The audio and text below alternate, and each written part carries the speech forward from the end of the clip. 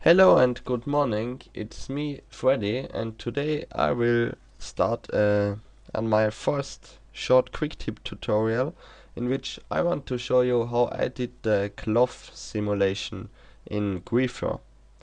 So here we have the desert one scene, and we have a little cape animation. So I will show you how I did this. Let's jump to frame 0 for the first, and you need to find the cape. It's here. So I have two tags on it. I have a cloth tag and I have the belt tag. You need both of them. The belt tag makes the cloth being fixed to the body at the I hope you can see these yellow points. Yes, you can. Guess you can see the yellow points. So these points are being fixed to the body, and that's why the cape is going with him. So yes, to make this, I will just disable both tags and move them on the null object for now.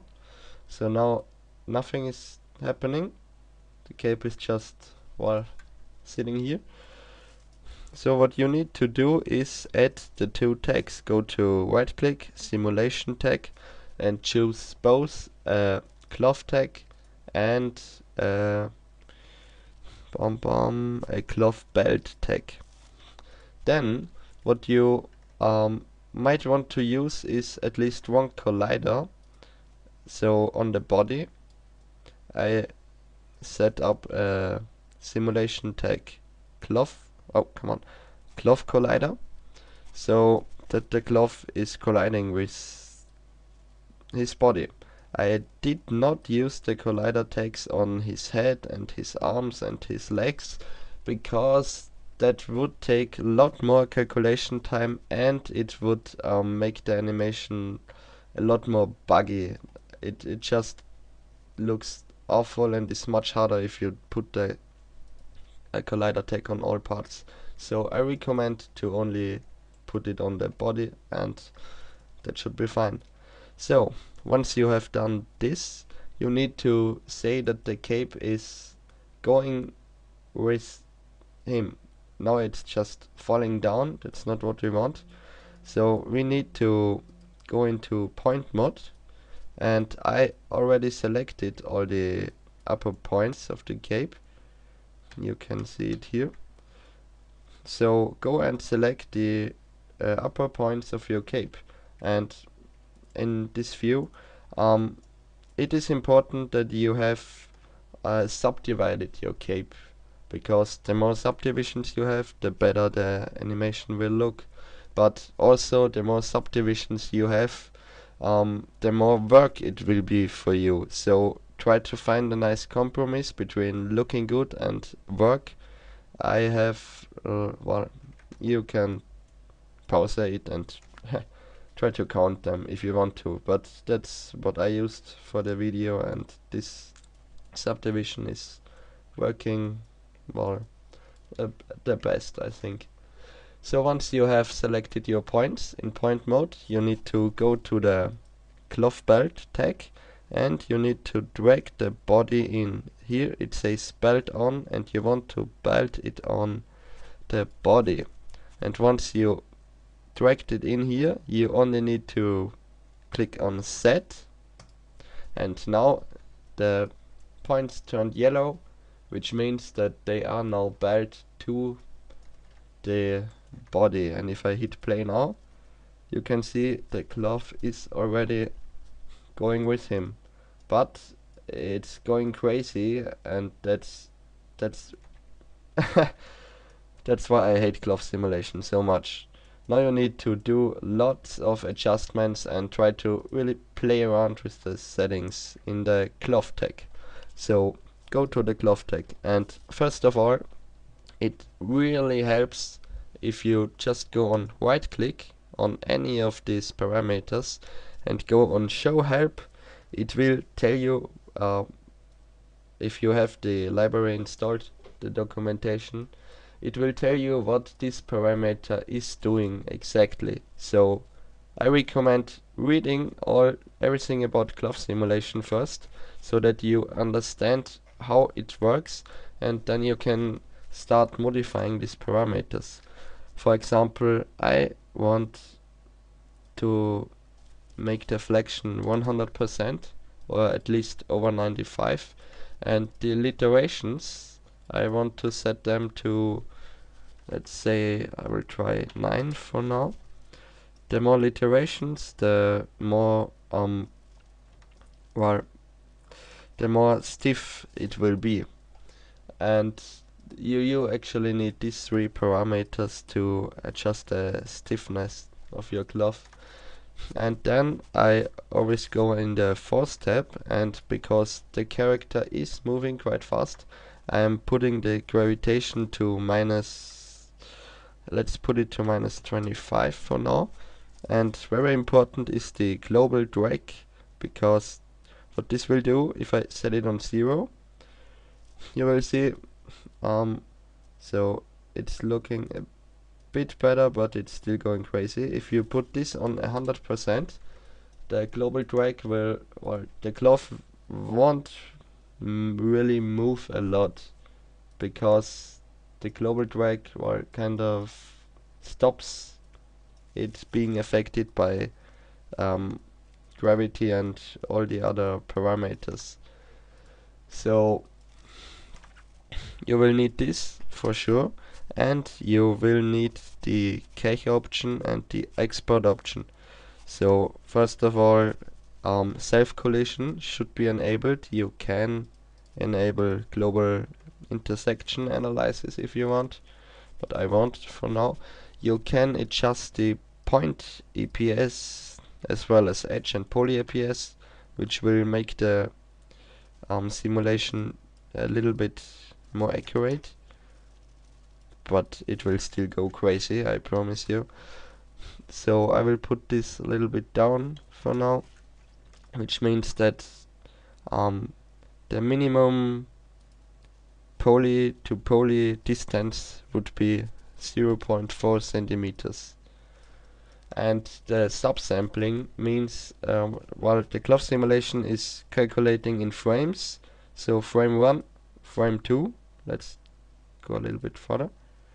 So it calculates between frame 23 and frame 24, and if your character is moving fast, you might need to calculate even the frames between 23 and 24. So now it would calculate 3 frames between each frame, and if you put it on a high value, it will take much more time, but it will be much more accurate. So now it calculates like 10.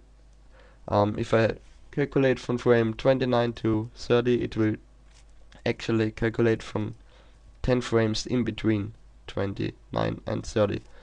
Just go and read the help file. You might understand it better then. So once I have changed these attributes, it should look a little bit better already. So hit play to see it. You cannot play it backwards, you only can play it forwards. And it's going absolutely crazy. So what I need to do, and what I'm going to do now, is use the global drag and keyframe it. So for the first few frames I will let it at 0%, and then when he starts running I will keyframe the global drag, and I will as well keyframe the gravity. Just click Control and on this point to make a keyframe. Then I will go some more frames, so when he actually starts, oh, now he starts, and now I'm putting the global drag to 100%, keyframe it again, and I'm putting the gravity to minus 125. Let's try this. So now it's not really moving a lot, but you can see it's not turning over his head again, so it's working a little bit better, and that's good. You can continue keyframing. As you see, it's well building a line, and if you want it to come down a little bit, you need to increase your gravity quite a lot. I might set a keyframe to the global drag again. So now I need to be carefully. When does he stop running? I think he stops now. So keyframe global drag here and make it down to, let's say, 3%. Leave the gravity for now, or at least keyframe it one more time. Now the glove is going down. That's good. And now I'm setting the gravity to, let's say, -50 and keyframe it again. So the glove is colliding with his body, and it's well, I think it's okay. You need to go forward frame by frame to adjust it. And now that he griefed his block with just one hit, he starts to run again, which means I need to keyframe gravity and global drag again, and whoop, let's put it on to 350 and make the global drag again to maybe 95% for now. You just need to play around with your settings, and yes, I will make it down to 65%, and now he's already leaving the frame. Yes, he is.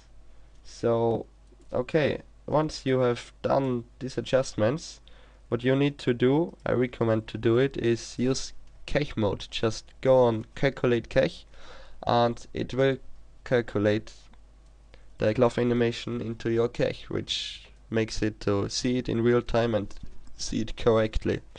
And then you can see where you still got some mistakes and readjust your parameters on that point. So I will be right back. Alright, the glove cache has finished, and now it automatically turned into cache mode. You can see it took me 0.7 megabytes of my memory, but it's saved in your scene file. When you save it, it's saved, and that's good. So now I can see what I have done actually. Just go and take a look. Yes. So it looks a little bit different than it did before, but the glove did go a little bit too crazy as it was before. So I like this animation even better. So that's pretty good. I don't even want to change the parameters, but I need to show you one more thing. Because the glove it's a cube, so it has a back and a front side. It may happen that the back side is coming in front of the front side. I will just see if it happened somewhere. Yes, for example here. You see, this is it. The glove animation is always going to make some mistakes like that. Maybe if you put in more subdivisions, it's going better, or if you play around more with the parameters. But however, you can play around more. You can put this to a higher value, but what I did was adjust it manually. So once the glove animation is finished, and you do have some mistakes, if you don't see them in your camera view, just ignore them. But if you do see the mistakes, and I will just show you, even though you don't really see it in the camera, it's good to know that you can cache the cloth animation one more time into a point cache, point level animation. How to do this? You need to go into animation tab and put your cloth, your cape, in here. And what you can do now is click on functions and bake objects. And important, you need to enable PLA, which is the point level animation. I don't want to create a copy, and I normally just check everything because why not? So hit OK, and what this will do is it's baking your point cache animation. That will take some memory again, but now you have your point level animation for each keyframe. For each frame, one keyframe, and that's good. So now you can actually disable your cloth engine and disable your build object, and I will put it up to the null object again because you don't need it anymore. You animated the points, each of them, and that's why the cloth is still on the right position. So if you want to change the mistakes, and you will have mistakes, if you don't have you're lucky, but you will have like this is a major mistake. So now you can adjust it here. Just go into point mode or polygon mode, whatever you want, and select your cape and enable auto key, and more important, enable point level animation.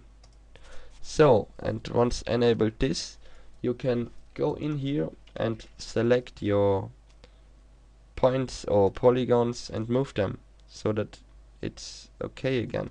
I will move them down. With F and G you can go frame forward and backward.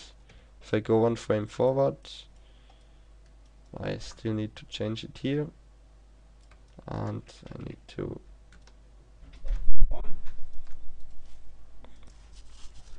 this point. So you need to adjust everything that went wrong in your cloth simulation. If you don't want to adjust it frame by frame, you can, let's see if I can show you. You can do what I'm trying to do now. You see this frame is wrong. 1, 2, 3 frames, it's still wrong, still the same mistake. So what you can do is just change it here in this frame, then go 1, 2, 3, go forward to this frame and delete all these keyframes. So now it's looking a little bit better.